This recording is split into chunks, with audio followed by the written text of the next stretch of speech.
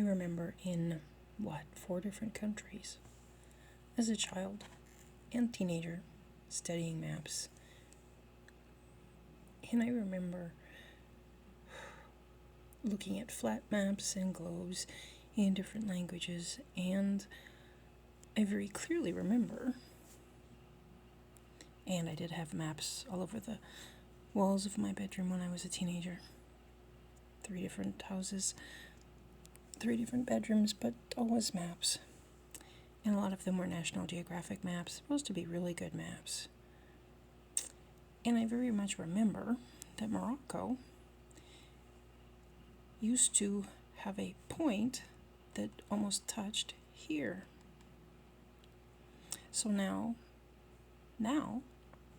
Morocco is more or less a straight line with not this or this pointing up and almost touching this. And I thought that was a bit strange because the Strait of Gibraltar used to be narrower. Because this point or this point used to almost touch this point. According to every map that I saw for, 50 years? Except now, like I said, it's not there. So the strait is much bigger. But even more interesting is that the Rock of Gibraltar and Gibraltar itself, a British territory or colony, not sure which, can't remember that much, it used to be here, between this point and one of these other points.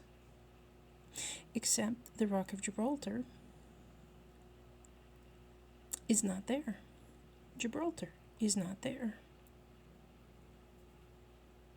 50 years I've known it to be there, and I've known it to be an island.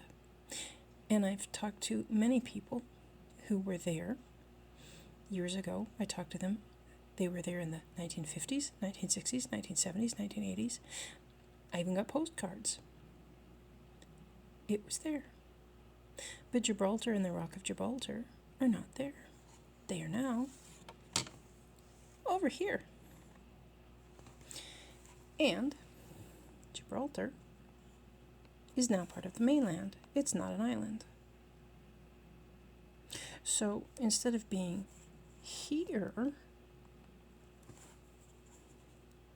Gibraltar is now over here.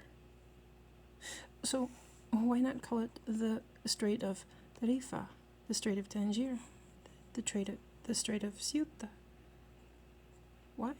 Why call it Gibraltar when Gibraltar's over here? It's just one of those things that I notice. One of many things that I've noticed. A so-called Mandela effect. But enough people remember that I really do question who makes the maps, who decides how the maps are going to be. It's not unlike the images from space that we see where the Earth looks surprisingly different. Continents look much bigger or much smaller, depending on which year and which space agency produces the images. As NASA says, they have to Photoshop the images. They're not photos, they're images that have been Photoshopped. Then why Photoshop them to make things look not the way they are? That's my thought for today. And feel free to mention any so-called Mandela effects that you've noticed in anything at all. And keep thinking, keep questioning. Think for yourself, question everything. And pray that God will reveal His truth to you. Till next time.